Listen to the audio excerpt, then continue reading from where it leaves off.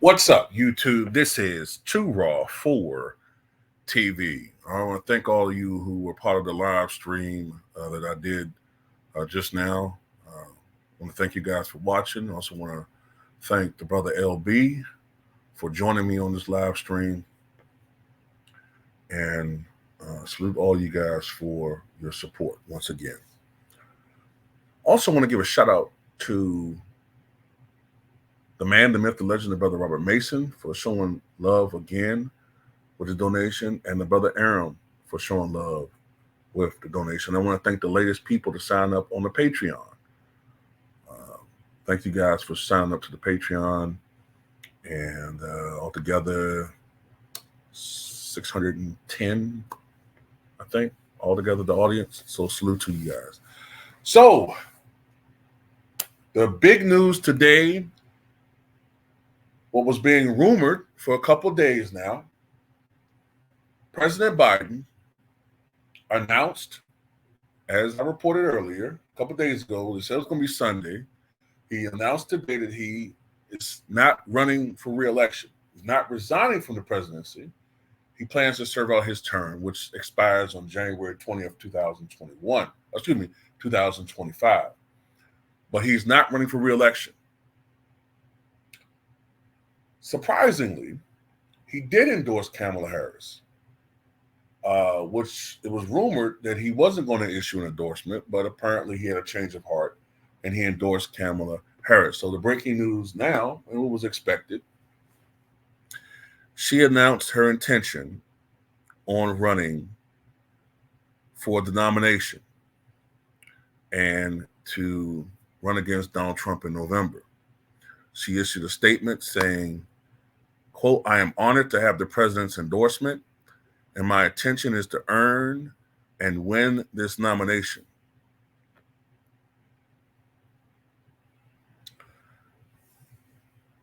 And the vice president calls Biden's decision a, quote, "selfless and patriotic act," adding that he is doing what he has done throughout his life of service, putting the American people and our country above everything else. She's also received endorsements from former President Bill Clinton and former Secretary of State Hillary Clinton, as well as several Democratic lawmakers. So that should end any talk about Hillary Clinton trying to swoop in and snatch the endorsement from Kamala. However, one notable big-time Democrat did not endorse her, or has not yet issued his endorsement, and that is former President Barack Obama, who issued a statement praising Joe Biden, but he did not endorse Kamala Harris. And I'd like to think that part of the reason why he has not issued that endorsement is because he sees what a blithering incompetent this woman is.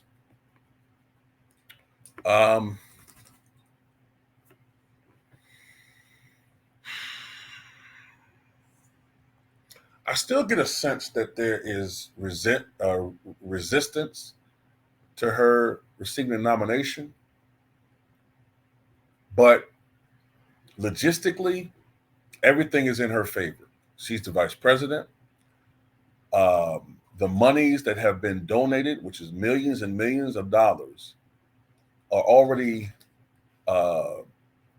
pigeonholed, or I hope I'm using the right term, but maybe I should say earmarked for the Biden-Harris campaign. She's part of that campaign. The infrastructure of the national campaign is already there for Biden-Harris. So it's going to be pretty difficult. It'll be one thing if this was like February, but this is late July, going in late July. The convention is in 3 weeks, and they have to come up with a nominee due to rules in early August because of Ohio. I think there's some rule. I might be a little off of this, but I think there's something going on where Ohio's delegation only can be slated when there's a nominee or something to that effect. So they have to come up with a nominee by early August. So they don't really have time. No one really has time to implement a campaign or to begin a campaign. So I think they might be stuck with Kamala. I think so. And the big question is, who runs with her? It can't be Gavin Newsom because he's from California. She's from California. And according to the Constitution, you cannot have two members, two people on a ticket from the same state.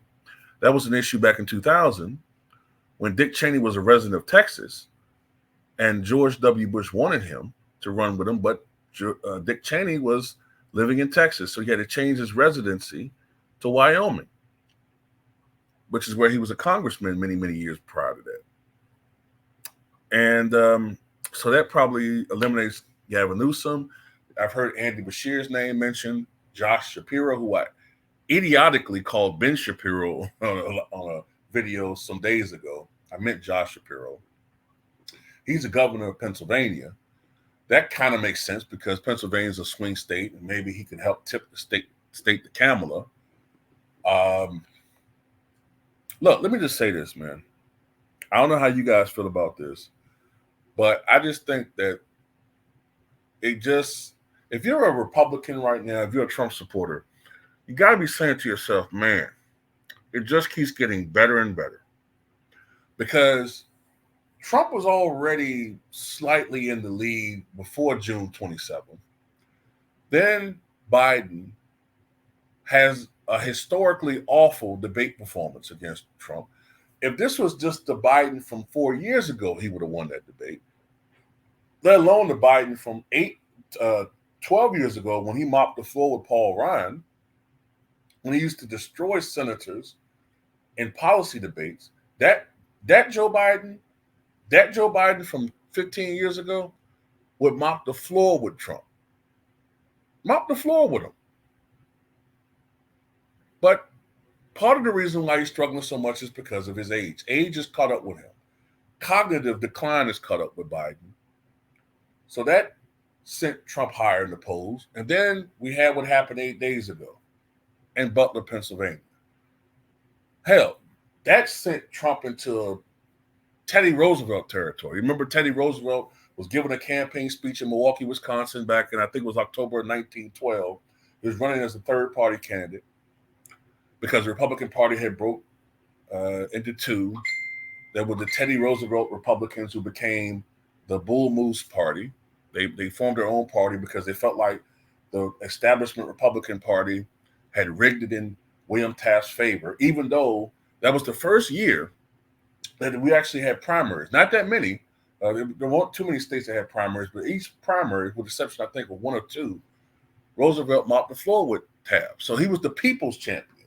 But the backroom dealers, the Republican establishment, gave it to Taft. Roosevelt was so pissed off, he and his supporters, I think they stormed the convention, left. I think they went to a nearby building, and Roosevelt formed the Progressive Party, which is nicknamed the Bull Moose Party, and they ran a third-party campaign, which essentially gave the presidency to Woodrow Wilson. But he was campaigning in Milwaukee. Some crazed saloon keeper, forget his name right now, top of my head. I forget his name. He shot Roosevelt point blank in the chest. I think he was only like 8 feet away. If Roosevelt did not have his speech and his eyeglass cases by his chest near his heart, he would have died. But it slowed the trajectory of the bullet. It caused the bullet to, I think, lodge in his chest. And he still gave an 84-minute speech, bleeding profusely. Refused to yield to the injury and give a speech. That's what his supporters see with Donald Trump, even though it was just a superficial wound to the ear. But still, now he's been given another gift, Kamala, who is basically Hillary Clinton in 2016 with yet another thing for his supporters to not support and like her about. And we know what I'm talking about. You know what I'm talking about with that. But it's not even about that. She's tailor-made for Trump. And I suspect that in November, we're going to see the most lopsided victory for a Republican candidate since at least 1988. Remember, Bush's victories were very close. He only really won the presidency in 2000 because of 537 votes in Florida. And even in 2004, the Electoral College was still 286, 252 with one elector abstaining. I forget what state it was. Was it Minnesota? One of those states. North Carolina? One of those states. But anyway, I think this is going to be a blowout. I think Trump could possibly get 350 or more electoral votes based upon the math. I will not trust polls. I tend to look at polls from a group perspective, but I'm not going to trust any of these polls because I know how it is when it comes to polling.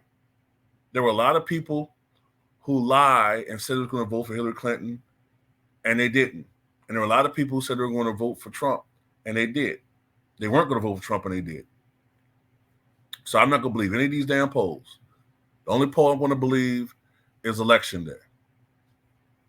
That poll. But, yeah. This is it, man. So, like it's going to be Kamala Harris versus Donald Trump. And this is going to get ugly. We're going to see racism, the likes that we've never seen before. You're going to see a mixture of racism and sexism. And unfortunately, that's what's going to defeat her. Racism and sexism. I really truly believe that. And I'm not saying that's a good thing. And if this was if this was Michelle Obama, I'd get pissed.